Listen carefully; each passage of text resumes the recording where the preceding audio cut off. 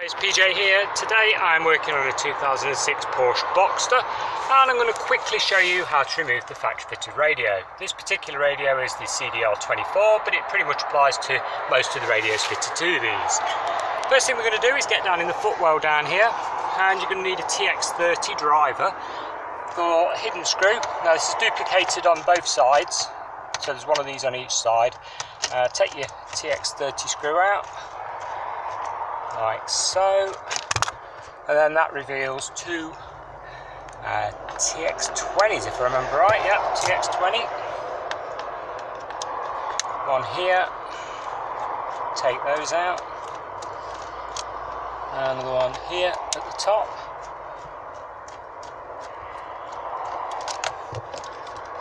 There we go. And then your panel is on like plastic click connectors, so you can just sort of normally pull it forward. This one's never been in bits, so it's stiff, so it sort of comes out. There we go, out it comes. Top lug's still on, so we're going to have to pop the top lug. It's right up at the top here, just need both hands to undo that. These top lugs can be quite tricky if they've never ever been out before, in which case I recommend buying a plastic leverage tool like this. This is made by Bojo, and it's normally available from eBay, Amazon. They're about £1, hard plastic. Obviously if you use a screwdriver you're going to really damage the trim, you don't want to do that. So just pop it down the edge and, oh, it's gone, there we go. Lever it off, and you can see the clips, the yellow clips there that hold it in, and then we turn it over. They're the things that have located this in. Put the panel safely to one side, so obviously you're going to need it. You're then going to need an Allen key, or to be honest you can use your TX30 to do the passenger side locking mechanism, which you can easily get to with the glove box lid down once you've done this. For this side though, the driver's side on this particular one, it being a right-hand drive vehicle, you need a TX20 just to undo the screw there, pop the trim out the way to gain access. Next up, when you've removed the top screw, which is here, there's another one down here, again TX20, there we go, hiding away at the bottom there. Take that one out as well, and this side of the trim will start to come a bit loose.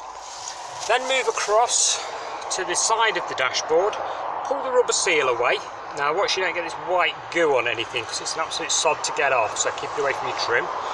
Get your trim removal tool, pop it in the edge and lever it outwards. Take this panel off, it's on little clips, look, and you've got TX20 here, TX20 here, which yes, I've already removed for the sake of speeding this film up, which again makes it flex a bit.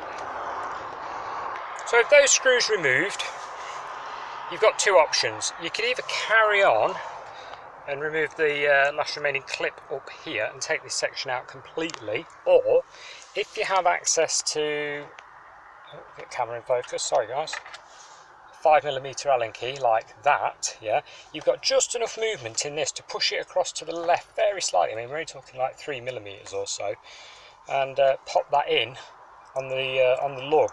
So what you're looking for is, I'll show you on the bottom one, this spring clip needs to go in, and you do that by popping your Allen key in, like I say, fiddly, unless you take the panel out. Normally use some long nose pliers and just sort of hold it in place. So you put the Allen key in this here, twist it half a turn, and then it stops. Do the same for the top one. Like I say, you can move this a little bit. Look, it does move. Now we've done the clips on it, and then you basically slide it. It'll come loose. So I've done the passenger side at the moment, look, and that's loose. Just going to do the top one. So with both 5mm Allen keys turned basically down, yeah, on both of them, so rotate them down until the stop. You then got a little tiny, get the camera angle, we have unfortunately got indicator stalks and stuff in the way. There's a bolt here, a little tiny bolt, you can just see that, there we go. That little bolt needs to come out, because that's like your last locking mechanism. So remove that now. Off the top of my head I believe that was a 7mm, I will check. Okay, so we've removed the bolt about 1 centimetre out, we haven't took it completely out. There we go, see it, just there, look. You can now pull the radio forwards. That's it, it's released. Obviously press eject, make sure you've not left a disc in. Cover the area below. In fact, yes, this person had left a disc in. Let's put that out of the way. Cover this area up, because the bottom of the radio is steel, you don't want to scratch anything, so we're going to cover all this area before we proceed. Now if you are fitting an aftermarket radio in this rather than a repair, you'll need a fitting kit. Now this particular one, and also the one with the navigation in the middle, requires one of these. This is CT23 P003, and that's made by Connects 2. They're available off Amazon, eBay, them type of places, and you'll see what it's listed for just there. In the kit you will get a plastic fascia trim to make the fascia hole the right size, and in here is like a metal frame, doubled in size fitting kit for a doubled in radio, doubled in being the larger one. There you go, it's just like a metal frame. Now bear in mind one thing with these cars, a lot of them are fibre optic, in which case you can have a fun job interfacing them. This particular car is having everything ripped out, speakers, the light starting all over again, so that's not really an issue. I'm just going to bypass it all, and unfortunately I don't have time to video the whole job because it's going to take me a while.